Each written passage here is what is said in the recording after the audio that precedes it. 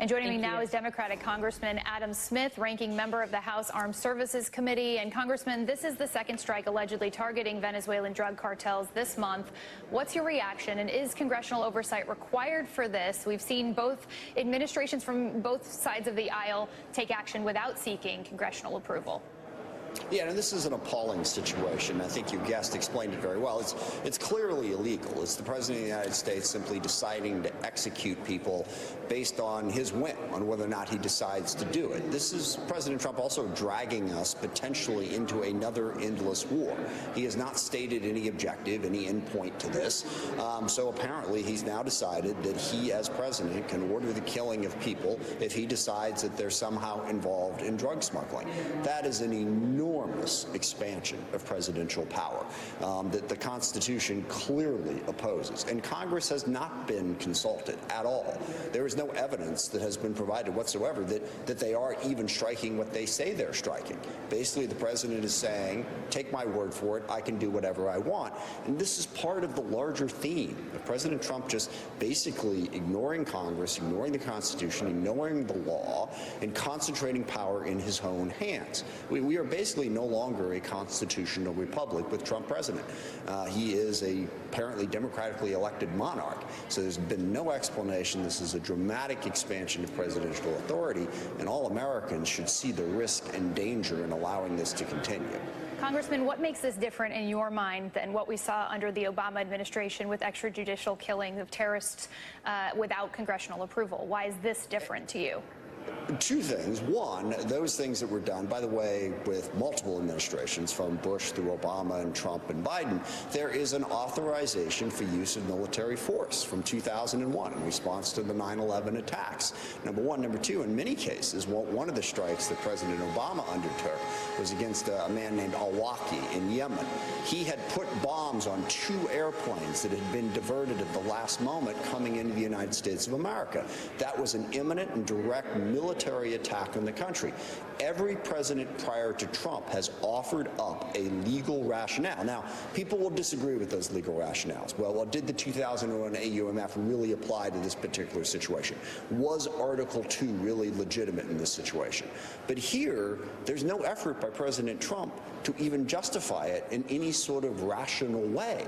Well, to that point, Congressman, sorry to cut you off there, but to that point, the Trump administration has claimed that this is self-defense as a legal justification for the first strike, and saying that drug cartels do pose a threat to our country. If these are indeed boats ferrying deadly drugs into the U.S., is attacking them an act of self-defense? Yeah, it's not. The law isn't if they pose a threat, as loosely defined.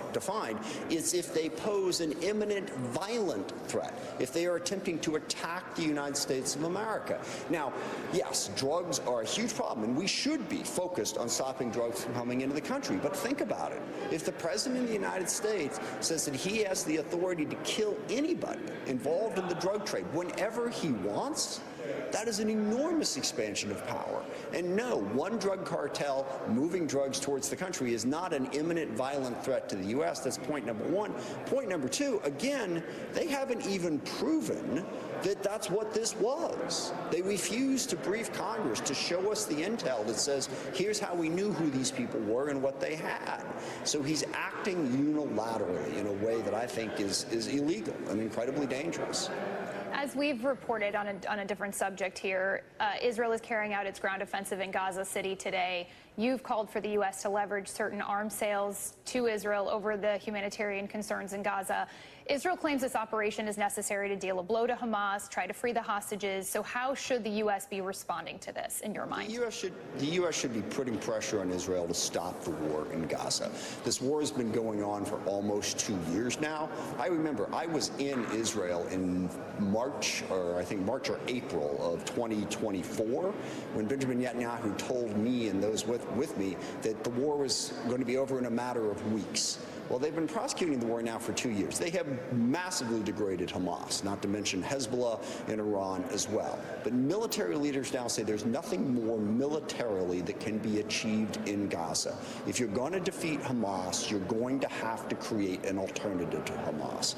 And invading Gaza City is not going to do that. I just don't think there's going to be a military objective achieved, and the humanitarian crisis crisis is at a crisis point. It has been going on for a long time now. It is devastating, and some relief is needed.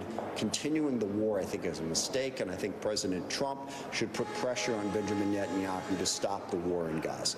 How can pressure be brought to bear on Hamas as well, so that we do see a relief for the citizens of Gaza, and we also see the release of the hostages? Yeah, no, and I agree with that. And look, I have supported Israel for a long time in this conflict precisely for that reason.